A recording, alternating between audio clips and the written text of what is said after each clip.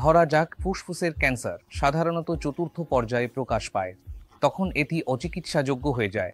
ফুসফুসের ক্যান্সার ব্যবস্থাপনার ফলাফল বেশিরভাগ ক্ষেত্রেই খুব খারাপ হয়। তাই আপনাকে ফুসফুসের ক্যান্সার প্রাথমিক পর্যায়ে শনাক্ত করতে হবে। তাই বেশিরভাগ সময় ফুসফুসের ক্যান্সার প্রথম এবং দ্বিতীয় পর্যায়ে উপসর্গহীন থাকে।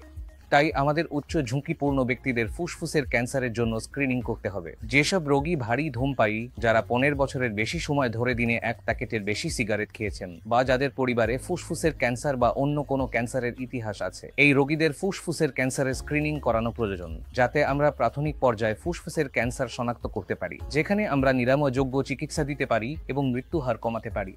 এজন্য আমরা অনেক সরঞ্জাম ব্যবহার করছি নির্ণয়ের জন্য। সাধারণত স্ক্রিনিং টুল হলো লো-ডোজ সিটি।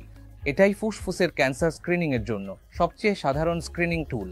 যদি কোনো নডিউল বা অস্বাভাবিক কিছু পাওয়া যায়, আমরা আরও মূল্যায়ন করতে পারি একটি পিটি স্ক্যান বা সিটি স্ক্যানের মাধ্যমে, এবং আরও আমরা ব্রঙ্কোস্কোপি বা এন্ডোব্রঙ্কিয়াল আল্ট্রাসাউন্ড গাইডেড বায়োপসি বা ভিএটিএস বায়োপসির মাধ্যমে বায়োপসি করতে পারি, যাতে আমরা ফুসফুসের ক্যান্সার প্রথম বা দ্বিতীয় পর্যায়ে শনাক্ত এবং নির্ণয় করতে পারি।